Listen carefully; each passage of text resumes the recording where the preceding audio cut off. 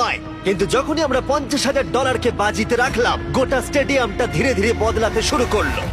প্রত্যেকটা প্ল্যাটফর্মের অনেকেই একেবারে ধারে এসে দাঁড়িয়েছিল, যেন তারা লাফানোর জন্য প্রস্তুত। কারণ এখানে সকল প্রতিযোগীর মনেই একটা বিষয় ঘুরপাক খাচ্ছিল।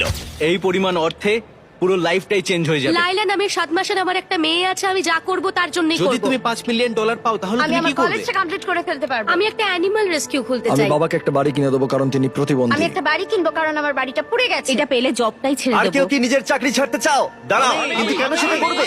তারা $5,000-কে হয়তো না বলেছে, কিন্তু $50,000 পুরো গল্পটা কি চেঞ্জ করে দিয়েছে। এখন ব্যাপারটা খুবই আকর্ষণীয় হয়ে উঠেছে। টাইমার শুরু হবার পরে প্রথম যে মাটিতে পা রাখবে সে জিতে নেবে $50,000।